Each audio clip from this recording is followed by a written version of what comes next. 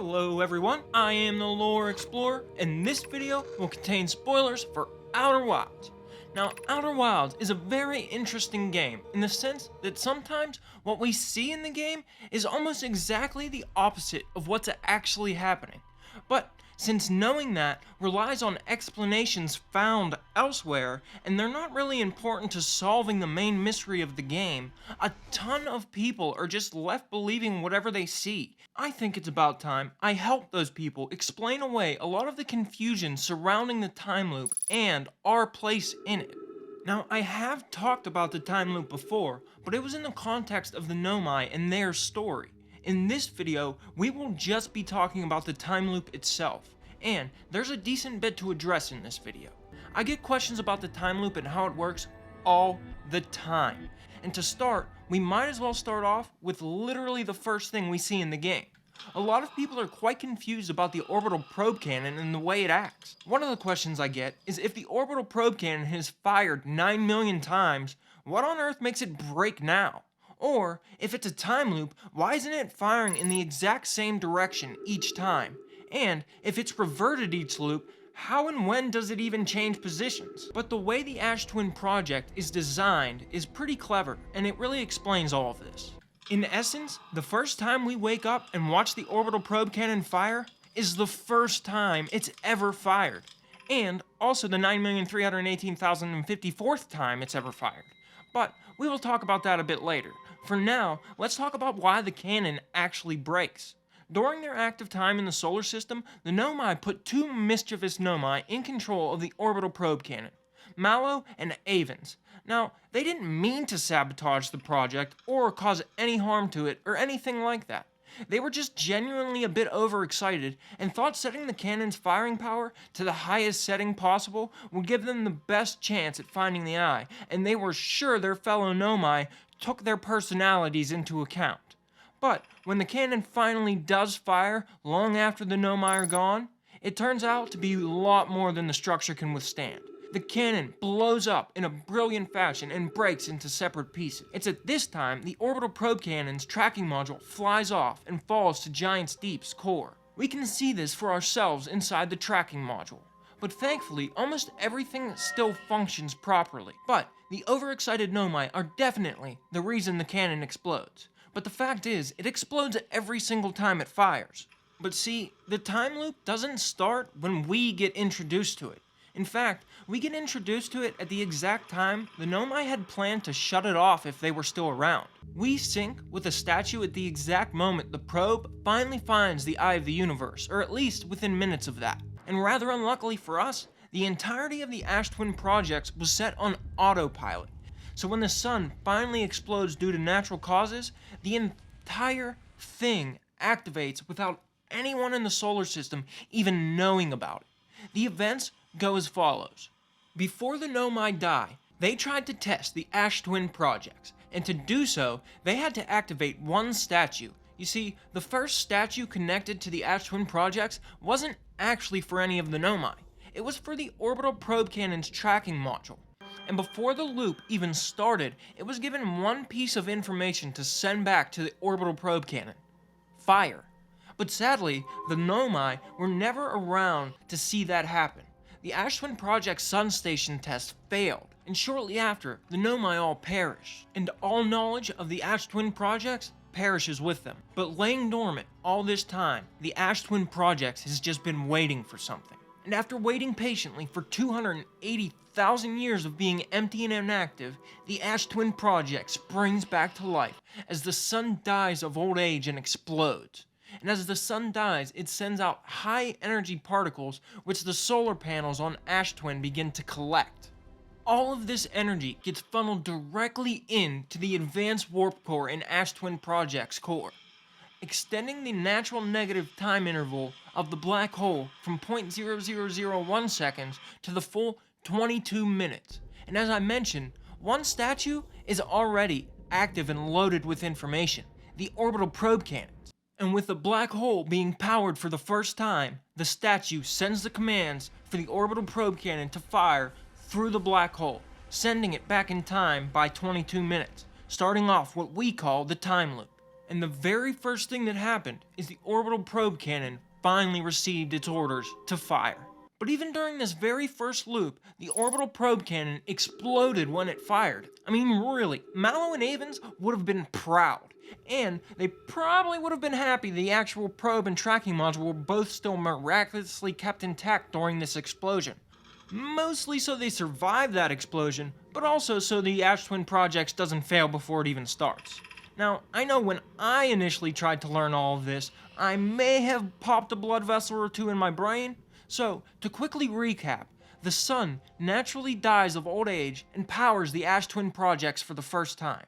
The already active tracking module statue sends back commands for the orbital probe cannon to fire. The very first loop begins with the orbital probe cannon following that order and exploding over the heads of the Hearthians. From there, the tracking module actually begins tracking and logging the flight path of the Nomai probe, and whether or not it actually found its target, the Eye of the Universe, during its flight. The probe is tracked for the full 22 minutes, and when the time runs out and the sun finally explodes again, the statue sends all of that information back in time again. And this actually repeats over 9 million times before anything significant happens, until eventually probe 9,318,054 finally does fulfill the Nomai's long-lived goal of finding the actual location of the Eye of the Universe. And at the exact moment that this happens, the probe sends that information back to the Ash Twin Projects, which triggers something special: the Nomai statues. See, the Nomai weren't really willing to have to actively live through the time loop like we have to. They set it up so when the Eye of the Universe was eventually found, it would automatically activate the other statues spread throughout the solar system in strategic places. And these statues were scattered and programmed to activate when the coordinates were found, and they would turn on, so to speak, and then connect to the next conscious being who passed nearby to it. So this was the way the Nomai would only have to live through one loop before they could theoretically turn off the sun station to prevent the sun exploding with the coordinates safely in hand. And this would completely shut off the time loop. But since they were all dead, instead of that happening, this is where we come in. Just as the current probe finds the Eye of the Universe and sends the command to activate the statues, we are actually talking to Hornfels for the first time as a player. But remember, this conversation has actually happened millions of times already, and when we finish this conversation, we've walked past the statue millions of times already. But this will be the first time we do it when the coordinates have been found, and so this is the first time that we walk past that statue when it's actually an active statue. Remember earlier when I said what we see is basically the exact opposite of what's actually happening in the game? Well, even though it looks like this is when the time loop starts to us, this is actually where the Ash Twin Projects was designed to be shut down, and the time loop should be ideally stopping right now.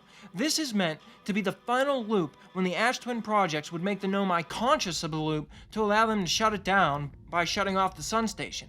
Yet this loop is actually just the beginning for us as a player, and that genuinely does confuse a lot of people into thinking that's when the time loop starts, when the truth is, we get into the time loop relatively late in the grand scheme of things.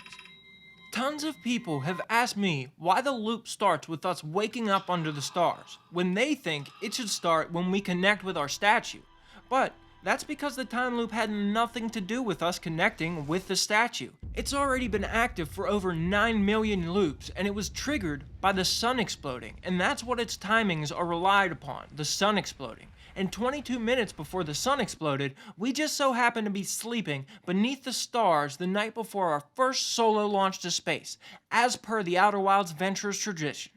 But there's no connection between the actual loop's timing and when we get introduced to the loop as a player.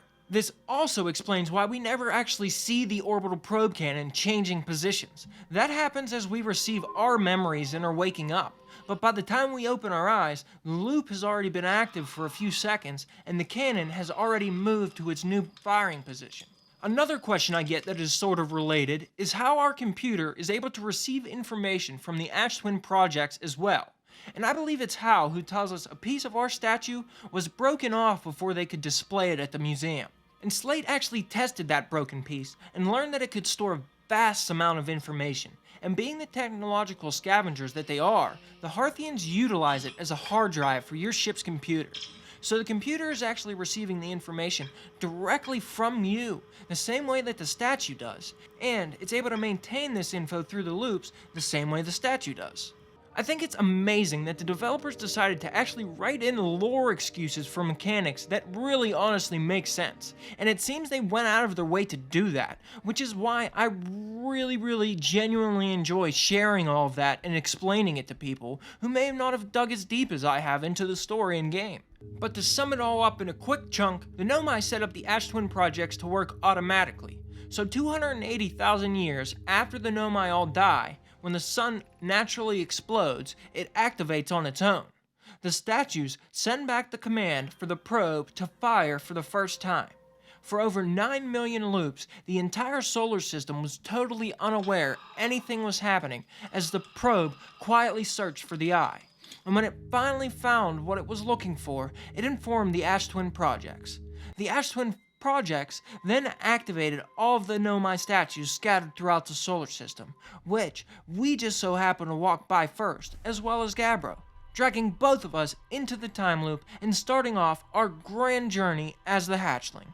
And I think you know the rest.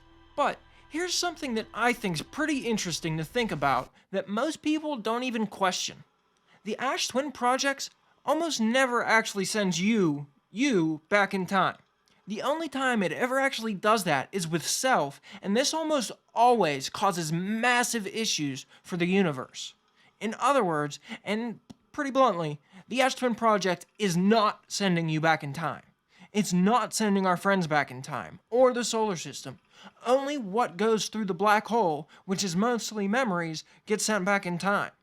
So no single character in the game would be convinced that they're actually in a time loop after the loop ends. They're always going to be left behind to that loop's fate. And those are just the mechanics of the Ash Twin project, so don't shoot the messenger. That's just for you to munch on right now. But maybe we will actually discuss it in another video. But as for the time loop and its misconceptions, I think that's just about all I wanted to talk about for today. And as usual, a special thank you to the members here on the channel. A big shout out to Finlay Dragon, who recently joined up to become a member. I really appreciate the support. And a big shout out to you, the person watching this. I really appreciate it. And if you watch this long, maybe you'd consider subscribing to the channel here to get dedicated lore delivered directly to your digital door. As always, this is a Lore Explorer diving deep into the game so you don't have to. Thanks for watching, and I hope to see you in the next video.